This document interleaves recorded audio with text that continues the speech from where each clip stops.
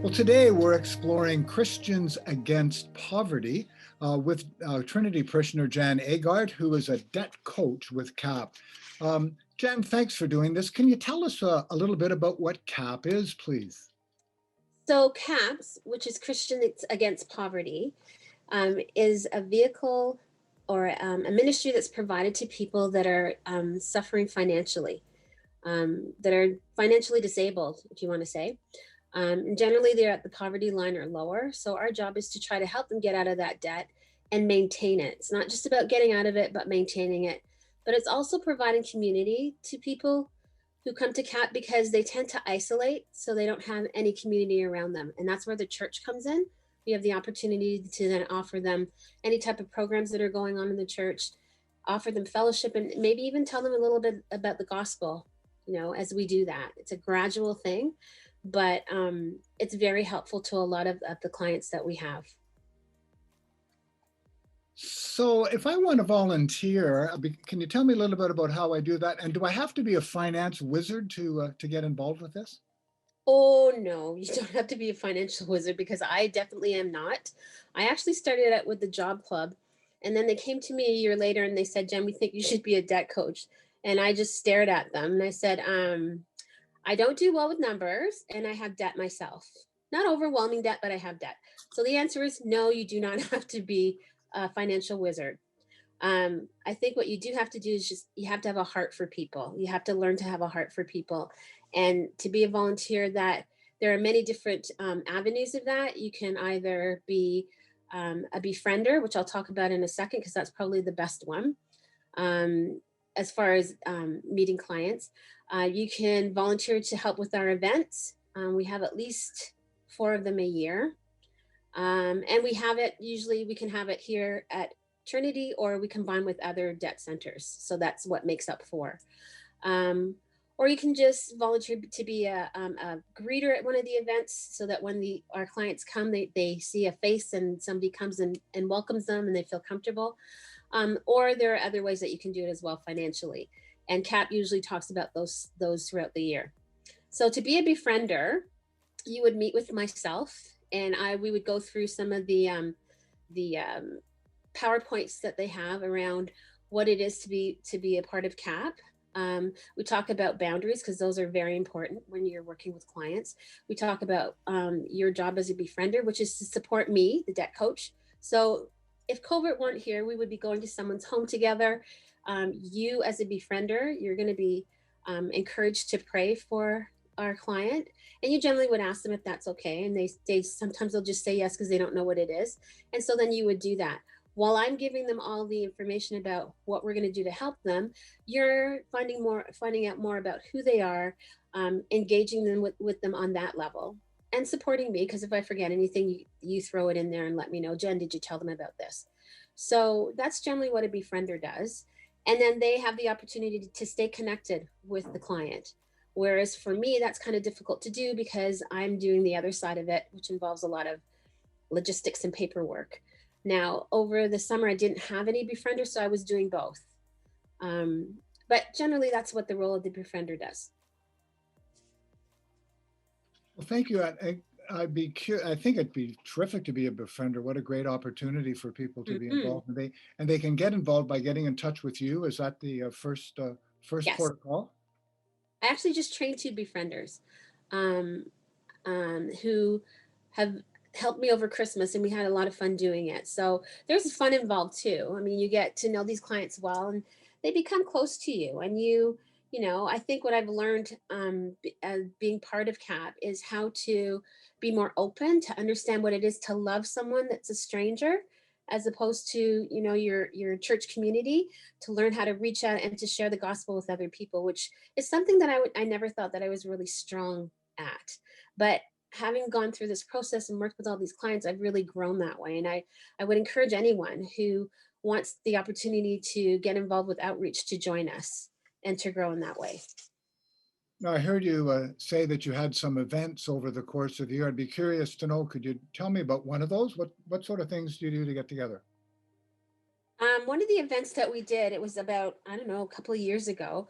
We did a spa day, and I just basically, Natalie actually was the manager at the time of our debt center, and I was a debt coach. And so we were talking about it. And I knew of a few ladies in our church that was just right up their alley. And we had quite a few ladies from our congregation come on board, and it was an amazing day. It was just such a beautiful day. And these ladies were so overwhelmed. They couldn't believe that this was being done for them. They didn't understand. And I don't think it's that they didn't understand, but I think they were gradually getting the whole idea of, being loved on and being loved because of the love that Jesus gives us.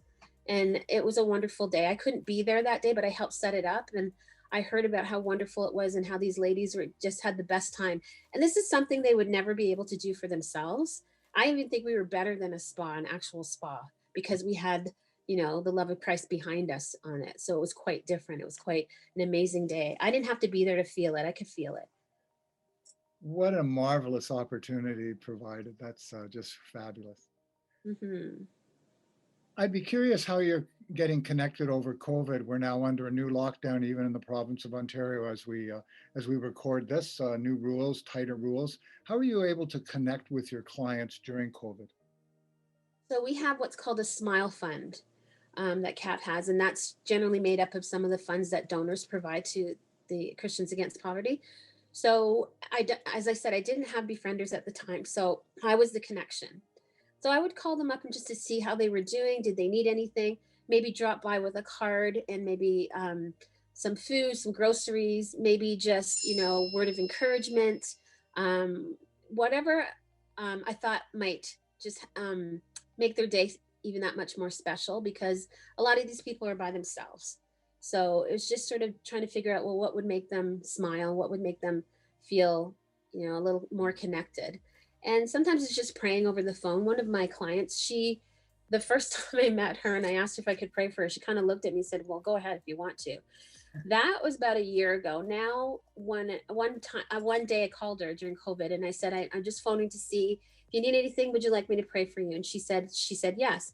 And when I was done, she said, do you think you could phone me every day, and not every day, but it was Tuesday, I guess, every Tuesday, and pray with me, which was huge because this lady did not want to have anything to do with it at all. And she was just overwhelmed. And I think she's opening up so much to recognize that, she's cared for and she's loved. We love her and we tell her that. And I send her messages. And, with all the clients, I do that. Before COVID, I was able to go out with one of my clients and she had a great day. And she said that she hadn't been out with a friend in a long time. So for her to refer to me as a friend was pretty amazing because she was a very closed off person. So it's a gradual opening of relationship and community. And one of the clients is now going online to watch our services, which she would never do before. And, I'll check in from time to time and ask, well, what did you think of the service? And she's been watching because she's able to tell me. It's not that I'm checking up on her. I just want to know, she was really interested, and she is. And she continues to do that. And I hope when COVID is finished, I can say to her, why don't you come on this Sunday and I'll meet you at the door and we'll sit together. And that's kind of the idea of a befriender, right? Is to continue that relationship until, they're kind of standing on their own 2 feet and they're moving along, and they're part of, and we have a few people in our congregation who've gone through CAP, who come to our church, and, they're not necessarily connected in that way anymore, but now they have a church community that they feel safe and comfortable in. What an outstanding piece of ministry. And it seems to me as Christians that we're called to love God and to love neighbor and love self. And precisely because have that relationship with a loving God, I'm compelled to go out into the world and share that love with others. And it certainly sounds like a great opportunity for volunteers to be engaged in loving others. That's fantastic.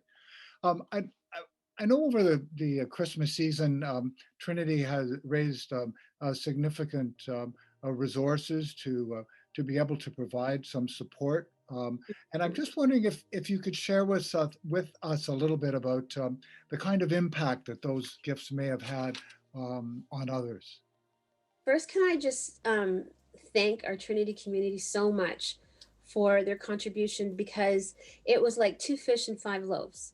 I not only had enough resources for the baskets for my cat clients, but we were able to do 7 more baskets for just our church, which is pretty amazing. And on top of that, I had a pub call me, Christmas Eve morning at 7 o'clock in the morning to ask me if I knew of anyone that would be interested in having a Christmas meal. So I told them absolutely.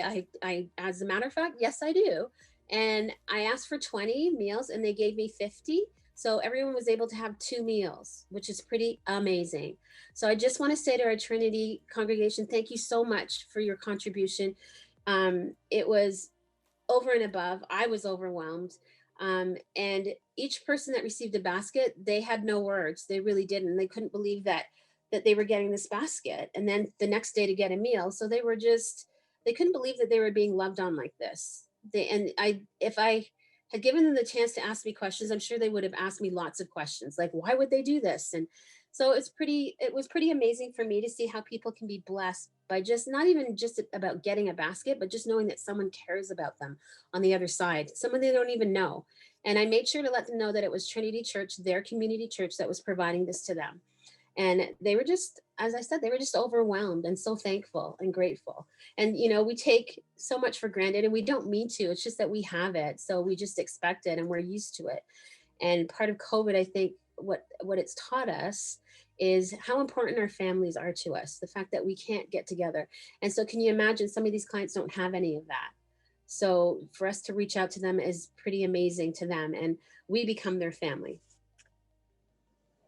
So Jen, one of the things we know about COVID is it's created enormous economic pressures on a lot of people, especially those who may be at the lower end of the economic scale. And I'm wondering what effect you think the end of COVID is going to have on Christians Against Poverty. Um, I think one of the reasons that I was talking to Natalie about this. The reasons why I want to build our team is because I really feel that at the end of COVID, we're going to have a lot of people looking for this service. COVID has caused, there are a lot of people that are out of work. There are a lot of people that are working very little. And unfortunately, we live lifestyles that are sometimes beyond our means. And when something like this happens, that's when it really comes to fruition. So I think that we're going to have a lot of people that are going to need help. And we need to build our team here at Trinity because we are sort of in the middle of a huge city. And I can see a lot of people coming forward and really needing our support and our help. So yeah, COVID's wreaked havoc, and I think we need to get ready for it. Jen, I think you're an extraordinary ambassador for Christians Against Poverty. So the love of Jesus just seems to pour right out of you, and especially in relationship to those in CAP. So thank you so much for sharing this opportunity with us. And I look forward to many people from Trinity volunteering as befrienders or other ways for Christians Against Poverty. Thank you so much. Well, thank you very much. CAP's a very important ministry to me. I feel really honored to be a part of it. So thank you.